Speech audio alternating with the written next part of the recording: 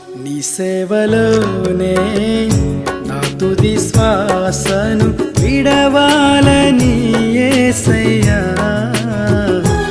నీకై బ్రతకాలని ఆశయ్యా.